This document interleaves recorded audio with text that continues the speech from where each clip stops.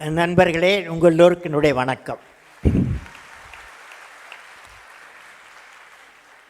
இப்போது எனக்கு முன்னால் பேசினார் விவேக் அவர்கள்.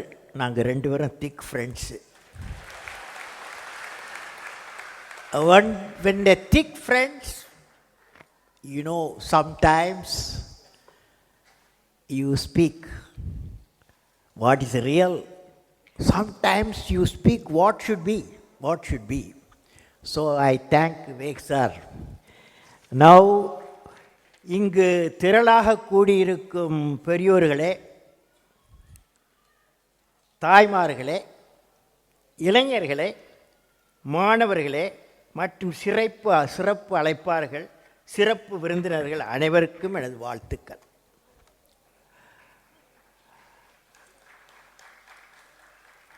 And I see Chancellor of Bharat University, Sandeep Anand, Ranganathan avargal TS, and Sri Lakshmanan and Ram, Lakshmanan and Ram. First time I am seeing together Ram and Lakshman. And Srimati Kalayar, Sri K.V. Subbaya, Trivula Jayasingha, Nadaswaram exponent.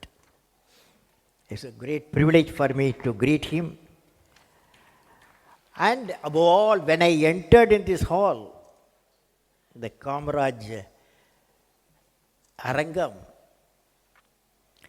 I was thinking, Semmangudi Srinivasa தோணியில் பாடுறார் ஒருவர். Semmangudi sir தான் பாடுறாரா அப்படின்னு நினச்சிக்கிட்டு இருந்தேன். அப்போ தான் Padma Bhushan P.S. Narayanaswamy அவர்கள் music legend பாடிக்கொண்டிருந்தார்கள். அவருடன் பல நூற்றுக்கணக்கான பேர் சேர்ந்து பாடினார்கள். அண்ட் சரவணன், எல்லோருக்கும் என்னுடைய வணக்கம். நண்பர்களே, நான் இந்த அரங்கில் நுழையும் போது சங்கீத கலாநிதி செம்மங்குடியின் பிரதான சீடர் பத்மபூஷன் P.S. நாராயணசுவாமி அவர்கள் மற்றும் அவரது இசைக்குழுவினர் எல்லோரும் சேர்ந்து சிறப்பாக தியாகராஜ சுவாமிகளின் பஞ்சரத்ன கீர்த்தனைகள் ஒரு கீர்த்தனையான எந்தனோ மகானுபாவுலு அந்தரிக்கு வந்தனமுழு சிறப்பாக இசைத்து கொண்டிருந்தார்கள். நான் அப்படியே மறந்து போயிட்டேன். அங்கே போகிற வழியில் எங்கே இருக்கோன்னு தெரியாது. அவரது இன்னிசையை பார்த்தபோது நான் ஒரு முறை அவர் இன்னிசையை, அதாவது நாராயண சாருடைய இன்னிசையை பார்க்கும்போது நான் ஒரு முறை பாராளுமன்றத்தில் எழுதி படித்த கவிதை நினைவுக்கு வருகிறது. அதை உங்களுடன் பகிர்ந்து கொள்ள விரும்புகிறேன். அந்த கதையின் தலைப்பு இலட்சியம். லட்சியம். என்னோட young fellows can join me if you want. Okay, அந்த கவிதை லைக் திஸ். நான் ஏறிக்கொண்டே இருக்கிறேன். எங்கு இருக்கிறது இலட்சிய சிகரம் என் இறைவா. நான் தோண்டிக்கொண்டே இருக்கிறேன். எங்கிருக்கிறது அறிவிப்புதையல் என் இறைவா. நான் நீந்திக்கொண்டே இருக்கிறேன். எங்கு இருக்கிறது அமைதி தீவு என் இறைவா. நான் நீந்திக்கொண்டே இருக்கிறேன். எங்கிருக்கிறது அமைதி தீவு என் இறைவா. 125 கோடி மக்கள் லட்சிய சிகரத்தையும் அறிவிப்புதையலையும் இன்ப அமைதியையும் உழைத்தடைய அருள் புரிவாயாக. இதுதான் என்னுடைய கவிதை. உங்கள் அனைவருக்கும் என் வாழ்த்துக்கள். அன்புள்ள நண்பர்களே, இன்று சென்னையில் திருவையாறு நிகழ்ச்சி பங்கேற்க கூடியிருக்கும் சங்கீத பிரியோர்களுக்கும், சங்கீத வித்வான்கள், சங்கீத ரசிகர்களுக்கும், சங்கீத மாணவர்களுக்கும், நடன கலைஞர்களுக்கும், கர்நாடக இசை ஆர்வலர்களுக்கும், இங்கு கூடியிருக்கும் பெரியோர்களுக்கும், தாய்மார்களுக்கும் மற்றும் உங்கள் அனைவருக்கும் என்னுடைய வணக்கம். அற்புதமான இசை மனித வாழ்விற்கு இறைவன் அளித்த ஒரு நன்கொடை. இசை உலகின் முதல் மொழி. இசை உலகின் முதல் மொழி. திருவையாறு இசையை உயிராக நிற்பவர்களுக்கு புனித ஸ்தலம். திருவையாறு புனித ஸ்தலம். ஒவ்வொரு ஆண்டும் தியாகராஜ ஆராதனா விழாவில் கலந்து கொள்வது இசைப்பிரியர்களின் பிறவி பயனாகும். சென்னையில் திருவையாறு நிகழ்ச்சியை கடந்த 10 வருடங்களாக லட்சுமண் சுருதி குழுவினர் ராமனும் சேர்ந்து சிறப்பாக நடத்தி வருகிறார்கள். அந்த இறைவன் அருட்கொடையை இதமாக இன்னிசை நிகழ்ச்சி நடத்தி மக்களுக்கு வருடந்தோறும் வழங்கி கொண்டிருக்கும் லட்சுமண் சுருதி குழுவினருக்கும், இங்கு வந்து தியாகராஜ கீர்த்தனைகளை கர்நாடக இசையும் பரதநாட்டியத்தையும் இணையையோடு மக்களுக்கு வழங்கி கொண்டிருக்கும் கலைஞர்களுக்கும், வற்றாத ஏரி போல் இசை வளர்ச்சிக்கு ஆதரவளிக்கும் ரஷ்ய பெருமக்களுக்கும், ஒருங்கிணைக்கும் விழா ஏற்பாட்டாளருக்கு எனது மனமார்ந்த நல்வாழ்த்துக்கள்.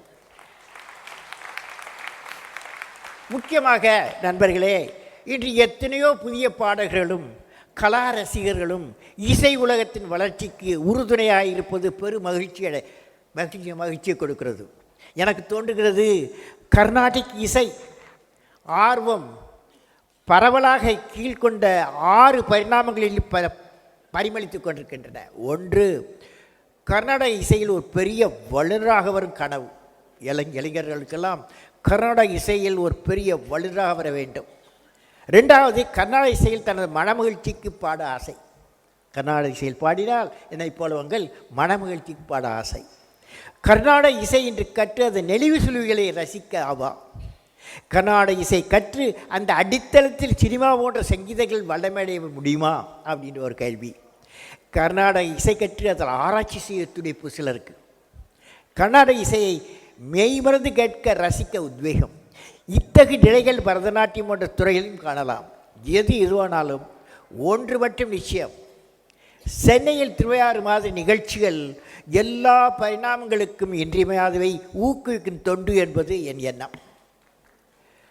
Now, friends, I am going to give you a story about my granddaughter, my brother's granddaughter. அந்த நண்பர்களே, எனது மதிப்புக்குரிய தமிழ்நாட்டின் பேத்தி ஒரு இளம் அட்வொகேட், யங் அட்வொகேட், லாயர். அவள் பெயர் நாகூர் ரோஜா.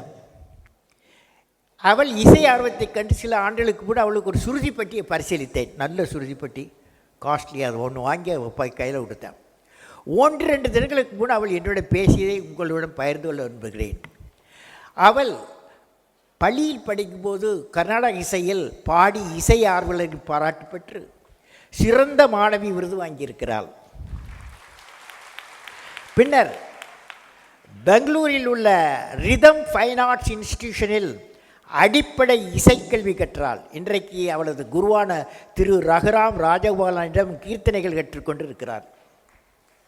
அவள் என்ன சொன்னால், எப்பொழுதெல்லாம் நாகூர் ரோஜாவை பேத்தி சொல்கிறார், எப்பொழுதெல்லாம் வரதியாக ராஜா பாட்டு முத்திரைப்பாடு போது அவளது கண்கள் கண்ணீரோடு மகிழ்ச்சி வெள்ளத்தில் மூழ்கின்றன. கர்நாடக சங்கீதம் என்னை தினமும் வாழ்வில் மெருகேற்றப்பட்டவளாக உருவாக்குகிறது என்று என் பேத்தி சொன்னாள். இன்றைக்கு பெங்களூர் இருக்காங்க. என் பேத்தியும் அவளது தாயாரும் காலையில் 1 மணி நேரம் அமிர்தவர்ஷினி FM ரேடியோவில் தினமும் கர்நாடக இசை கேட்டு தங்களது காலை பணியை செய்கிறார்கள். இந்த கர்நாடக சங்கீதமும் தினமும் வாழ்க்கையில் நடைபெறும் பல்வேறு சம்பவங்களை மன அமைதியுடன் தைரியத்துடன் எதிர்கொள்ள வைக்கிறது. லாயர் எல்லா ப்ராப்ளமும் வரும். இன்று எத்தனையோ professionals, doctors, engineers, auditors, politician, home maker, cinema artist, you can go on, இசை நதிகளில் மூழ்கி இசை ஆனந்த சமுத்திரத்தில் சங்கமாக முயற்சிக்கிறார்கள். சென்னையில் திருவையாறு போல் நாட்டின் பல்வேறு நகரங்களிலும் உலகத்தின் பல்வேறு பகுதிகளிலும் கர்நாடக இசை ஊக்குவிக்கப்படுவதை காண்கிறோம். இப்படிப்பட்ட கர்நாடக இசை, ஒரு தடவை கலிஃபோர்னியா போயிருந்தேன். அங்கே ஒரு இசை கட்சியில் பார்ட்டிசிபேட்டேன். எனவே இப்படிப்பட்ட கர்நாடக இசை நிகழ்ச்சிகளை நமது மத்திய மாநில அரசுகள் ஆக்கமும் ஊக்கமும் கொடுத்து இசைக்கலைஞர்களுக்கு வாய்ப்பையும் மேடையும் தங்கள் திறனை மேம்படுத்துவதற்கு ஏதுவாக ஒவ்வொரு வருடமும் உருவாக்கி கொடுக்க வேண்டும். இந்த பணி மென்மேலும் வளர்ந்து நமது சங்கீதம் உலகெங்கும் நாள்தோறும் ஒலிக்க நாம் உழைப்போமாக. எனவே நண்பர்களே, அடுத்த 10 நிமிஷத்தில் உங்கள் மத்தியில் நான் இசை அறிவு நம் வாழ்வை வளப்படுத்தும் என்ற தலைப்பில் உரையாட இருக்கிறேன். உங்களை எல்லாம் பார்க்கும் பொழுது இவ்வளோ பேர் இருக்காங்க, ஆர்டிஸ்ட் இருக்காங்க. அந்த காலத்தில் நான் திருச்சியில் படிக்கும்போது திருவையாறு தியாகராஜ கீர்த்தனை நிகழ்ச்சியில் சென்று தியாகராஜ கீர்த்தனை நிகழ்ச்சியில் சென்று பெற்ற அனுபவம் நினைவுக்கு வருகிறது. அந்த இனிய நிகழ்ச்சியில் மிகப்பெரிய புகழ்பெற்ற கலைஞர்கள் வந்து தியாகராஜர் கீர்த்தனை இன்னிசையோடு தங்களது காணக்குரல் பாடியதை கேட்டபொழுதுதான் எனக்கு கர்நாடக இசையின் மகத்துவம் புரிந்தது. அங்கு இசைக்கலைஞர் எல்லோரும் சேர்ந்து பஞ்சரத்ன கீர்த்தனையான எந்தரோ மகானுபாவுடு அந்தரிக்கு வந்தரமுழு சிறியாகத்தில் இன்னிசையாக பாடிய போது அந்த இனிய இசை என் உள்ளத்தில் கனிந்து உயிரோடு கலந்த உருவாகிவிட்டது. திருவையாறு தியாகராஜ கீர்த்தனை விழா மனித வாழ்வின் மகத்துவத்தையும் அமைதியை சமூக நல்லிணக்கத்தை வலியுறுத்தி மனித இனத்தை நல்வாழ்வாழ செய்யும் உண்மை செய்தியை எனக்கு வெளிப்படுத்தியது. இப்பொழுது நான் படித்த ஒரு அழகான ஒரு அருமையான புத்தகம், நேம் ஆஃப் த புக் தான் கான்சிலியன்ஸ். இந்த புத்தகத்தின் மனித வாழ்வின் அர்த்தத்தை கடவுள் வெளிப்படுத்தும் விதமாக அமைந்திருக்கிறது. God speaks to humanity. 1300 year 1486 year, and this is written in a book. God speaks to the humanity. What does he say? God says, we have made thee neither of heaven nor of earth, neither mortal nor immortal, so that with freedom of choice and with honor, as though the maker, the molder of thyself, thou mayest fashion thyself whatever shape thou shalt prefer. நண்பர்களே, God says, I have given you brain, I have given you knowledge, I made you. Now it is you use your knowledge, use your faculty to come to me, to come to God. இசையும் கலையும் மனித வாழ்வை செம்மைப்படுத்தி சீர்படுத்தி இறைவனோடு ஒத்த வாழ்வை வாழச் செய்யும் சுதர்மான தேர்வாகும். நான் இங்கே எல்லாரும் கூடியிருக்கீங்க.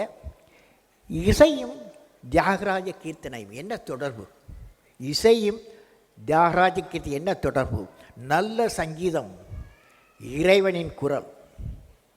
நல்ல சங்கீதம் மக்களுக்கும் இறைவனுக்குமான நேரடி தொடர்பு. சங்கீதம் கண்ணுக்கு புலப்படாத கருணை ஊற்று. நல்ல சங்கீதம் உடைந்த உள்ளத்திற்கு மருந்து.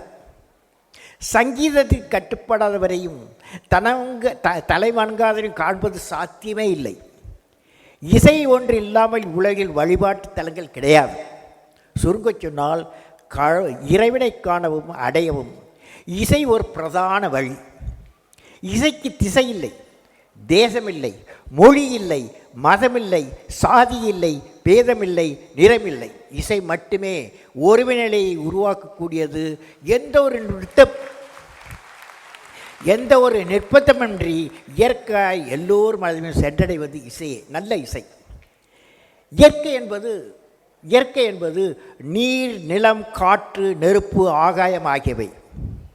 இந்த 50 சக்திகளையும் அடக்கி ஆளக்கூடிய வல்லமைப்படுத்த இசை என்றால் அது மிகையாகாது. உலகின் பொதுமொழி என்பது மௌனமாக பேசப்படும் சைகை மொழி. அதை எடுத்து பொதுவான மொழி என்றால் அது இசை ஒன்றே. இயற்கை அமைப்புகளுக்கு இறைவன் பருவம் என்ற குறிப்பிட்ட காலத்தை உருவாக்கினான். அதன்படி சில பருவத்தில் மட்டுமே பூக்கும் மலர், பெய்யும் மழை, வீசும் காற்று, கொட்டும் பனி, விளையும் பயிர்கள் என படைத்துள்ளான். அதுபோல் இறைவன் இசைக்கென்றும் ஒரு பருவத்தை படைத்திருக்கிறான். இசைக்கான மாதம் மார்கழி. அதுவே அந்த மாதங்கள் சிறந்தது மார்கழி என்பார்கள். ஆண்டாள் இயற்றிய திருப்பாவை பாடப்படும் மாதம் மார்கழி மாதம். பகவத்கீதையின் மாதங்களில் நான் மார்கழி என்ற கிருஷ்ண பரமாத்மாவை குறிப்பிடும் மாதம். தில்லை சிதம்பரத்தில் நடராஜன் நடனம் புரிந்த திருவாதிரை திருநாள் இடம்பெறும் மாதம். திருவம்பாவை மாணிக்கவாசகர்களிய மாதம். ஹரிநாம சங்கீத கீர்த்தனம் புடைப்பாடலில் பலர் ஒன்று கூடி பாதம் மாதம். வாசல் வண்ண வண்ண கோலங்களில் மாதம். கோவில் கோபுரங்களில் மணிசை தொடர்ந்து மாதம். ஆலயங்களில் அபிஷேக ஆராதனை இடைவிடாது நடக்கும் மாதம். இப்படி எத்தனையோ சிறப்புகள் சேர்ந்ததான் மார்கழி. அப்படிப்பட்ட மார்கழி மாதம் இயற்கையும் அரவணைத்து வெற்றி கொள்ளும் இசை இணுவதே மார்கழி இசை விழா. எத்தனையோ சங்கீத கர்த்தாக்கள், சங்கீத லட்சணக்கிறந்த கர்த்தாக்கள் சாஸ்திரிய சம்பிரதாயப்படி சங்கீத உருப்படிகளை கர்நாடக சங்கீதத்தில் இயற்றியுள்ளார்கள். தியாகராஜர், முத்துசாமி தீட்சிதர் மற்றும் ஷியாமா சாஸ்திரி ஆகியோர் கர்நாடக இசையின் மும்மூர்த்திகள் ஆவார். ஸ்ரீ புரந்தரதாசர் அவர்களை கர்நாடக இசையின் தந்தை என்று அழைக்கின்றனர். கர்நாடக இசை நிகழ்ச்சிகளில் தியாகராஜர் கீர்த்தனை முக்கிய இடம் பெற்று வருகின்றன. நாட்டை, கௌபி, ஆராபி, வராலி, ஸ்ரீராகம் இந்த ராகத்தில் நான் வரும்போது தான் பாடிக்கிருந்தாங்க. ஸ்ரீராகம் ஐய ராகங்கள் இவர் இட்டுள்ள பஞ்சரத்த கீர்த்தனை மிக பிரபலமானவை. இசைக்கு மயங்காதல் இவர்களே என்பார். பக்தி பாடல் வாயிலாக இரவு நிலையை அடைய முடியும் என்பதை நிரூபித்தவர் தியாகையர். இவரது நெறி கான மார்க்கமாகும். தஞ்சை தரையில் வந்ததற்கு திருவையாற்றில் ஆண்டுக்கு ஒருமை உலகின் பல இடங்களிலிருந்து பல இசைக்கள் ஒன்று கூடி தியாகையருக்கு விழா எடுத்து அவரது பாடல்களை பாடி நிறைவு நாளில் ஒன்றிணைந்து பஞ்சரத்தின கீர்த்தனை செப்பார்கள். இது ஆராதனை, உங்களுக்கு தெரியும்.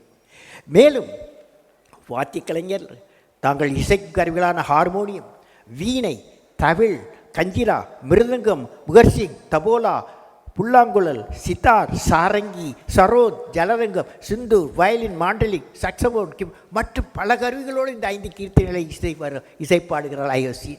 சற்று நேரம் உற்று நோக்கில் தென்னிந்திய இசை கருவிகளால் இசைப்பட்ட தியாகராஜரின் கானராக உருப்படிகள் இன்று வட இந்திய மற்றும் மேற்கிந்திய இசைக்கருவிகளாலும் இசைக்கப்பட்டு வருகின்றன. நான் பார்த்திருக்கிறேன். இவரது பஞ்சரத்தின கீர்த்தனைகள் எப்படியெல்லாம் மதம், மொழி, நாடு, காலம் கடந்து சிறப்புற்று விளங்குகிறது என்பதை அறியும் போது எல்லோரும், குறிப்பாக ஒவ்வொரு இசைக்கலைஞனும் பெருமை கொள்கிறான். அறிந்தோறும் அறியாதோறும் கட்டோரும் கல்லாரும் கனிந்து உருகி கழிப்பதுவே ஆராதனை விழா என்பது ஆச்சரியம் கலந்த உண்மை. உலகெங்கிலும் உள்ள கர்நாடக இசை ஆர்வலர்கள் மட்டுமின்றி வெளிநாட்டில் உள்ளவர்கள் கூட தியாகராஜன் கீர்த்தனைகளால் கவரப்பட்டு தியாபிரம்ம ஆராதனை விழாவில் கலந்து கொண்டு வருகின்றனர். நானும் எனது நண்பர் சந்தானம் திருவையாறு கலந்து கொள்வதை ஒரு வழக்கமாக வைத்திருந்தோம் நாங்கள் படித்து கொண்டிருக்கும் போது. இப்போது அடுத்ததாக திரு செம்மங்குடி அவர்கள் இசைக்கு ஆற்றியுள்ள பங்கு மிகப்பெரியது. அவர் நல்லா தெரியும் எனக்கு. செம்மங்குடி அவர்கள் சங்கீத உலகிற்கு பெரும் சொத்து. சங்கீத குடும்பத்தில் அவர் பிறந்து சங்கீதத்தில் வளர்ந்து சங்கீதத்துக்காகவே வாழ்ந்து சங்கீதத்துக்கு சிறந்த மதிப்பை உருவாக்கி சங்கீதத்தில் மாணவராக, ஆசிரியராக, பிறகு குருவாகவும் திகழ்ந்து கர்நாடக சங்கீதத்திற்கு ஒரு அரும்பெரும் பணியை செய்துள்ளார். நான் டிஃபென்ஸ் ஆர்என்டி வேலை செய்யும்போது 25 வருடங்களுக்கு முன்பாக செம்மங்குடி சீனிவாச ஐயர் அவர்களிடமிருந்து எனக்கு ஒரு கடிதம் வந்தது. அந்த கடிதத்தில் பாரதியார் ஜெயந்தி விழாவில் கலந்து கொள்ள சென்னைக்கு வருமாறும் வந்து சுப்பிரமணிய பாரதி விருதை பெற்றுக்கொள்ளுமாறும் அழைக்கப்பட்டிருந்தது. சங்கீத மாமேதை செம்மங்குடி சீனிவாச என்ற விருதை பெற்று மிக மகிழ்ச்சி அடைந்தேன். அவர் கையிலிருந்து வாங்கிறது. அந்த மாலை வேளை மிகப்பெரிய இன்னிசை மாலை பொழுதாக மாறிவிட்டது. சென்னையில் நடந்த செம்மங்குடி சீனிவாச ஐயரின் இன்னிசையில் எல்லாம் மகிழ்ச்சி அடைந்தேன். அவர் இன்னிசை குரல் மிகவும் தனித்தன்மை வாய்ந்தது. மக்களின் உள்ளங்களை ஈர்க்கும் காணக்குரல், கம்பீரமான சரீரம், கர்நாடக இசை கச்சேரி முழுமைக்கு அவர் தனித்து வாய்ந்த ஒரு குரல் ஒரு அதிர்வையை ஏற்படுத்தி கொண்டே இருக்கும். அவரது கற்பனை திறன் வாய்ந்த ஆலாபனைகள் மக்களின் மனதை மயக்குவையில் அமைந்திருந்தது. செம்மங்குடி அவர்கள் திருவனந்தபுரத்தில் வந்து சுவாதி திருநாள்களால் கலந்து பாடிய நாட்கள் என்னை மனதை விட்டு நீங்காமல் இன்றும் இருக்கிறது. என்றைக்கு திருவையாறில் தியாகராஜ கீர்த்தனை பாரதத்தினா விமர்சல்விஜி அம்மாவின் இனிய குரலில் கேட்டனோ அன்றையிலிருந்து கர்நாடக இசையின் ரசிகனாகிவிட்டேன். சங்கீத கடமையில் இசைக்கும் பக்திக்கு உள்ள தொடர்பை பற்றி MS அவர்கள் விடுத்த அறிக்கையின் வாசம் எனக்கு மிகவும் பிடித்திருந்தது. அதை உங்களுடன் பகிர்ந்து கொள்ள விரும்புகிறேன். அம்மா இங்கிலீஷில் சொல்கிறாங்க, bhakti is nothing but the devotion we show to the divinity that resides within us. Once we regard the divinity within us, the devotional fervor, we are bound to develop the same affection towards everything outside.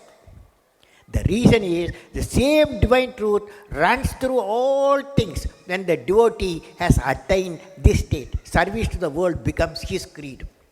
MS Subbulakshmi அம்மாவை பல கர்நாடக கட்சி சந்தித்திருக்கிறேன்.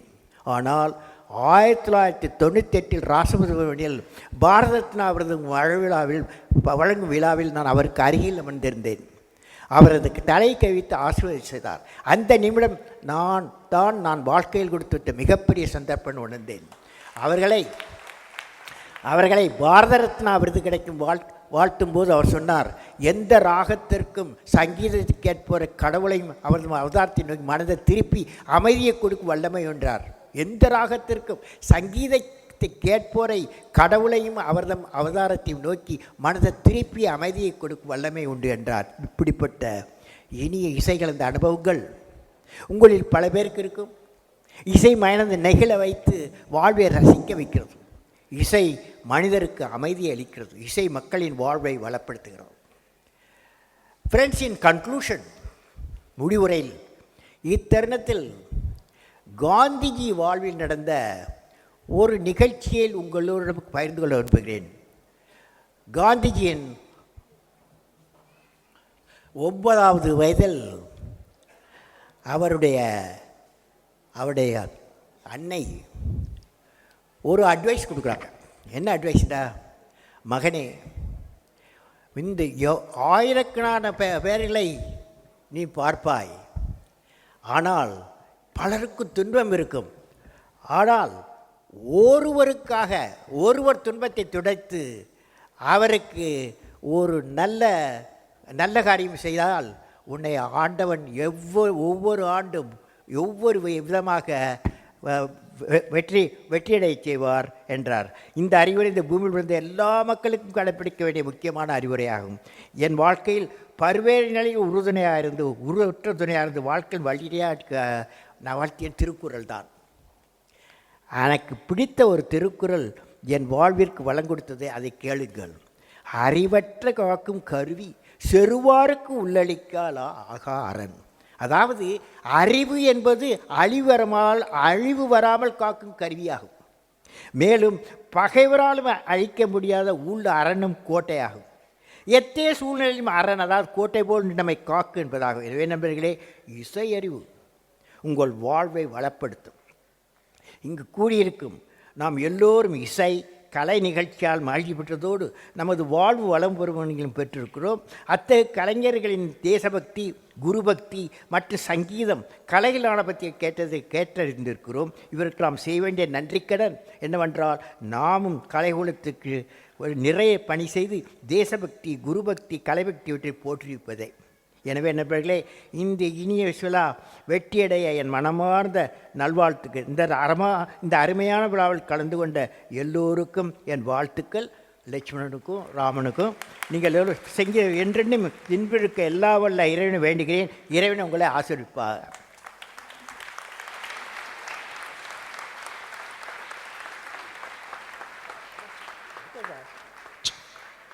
நன்றி ஐயா.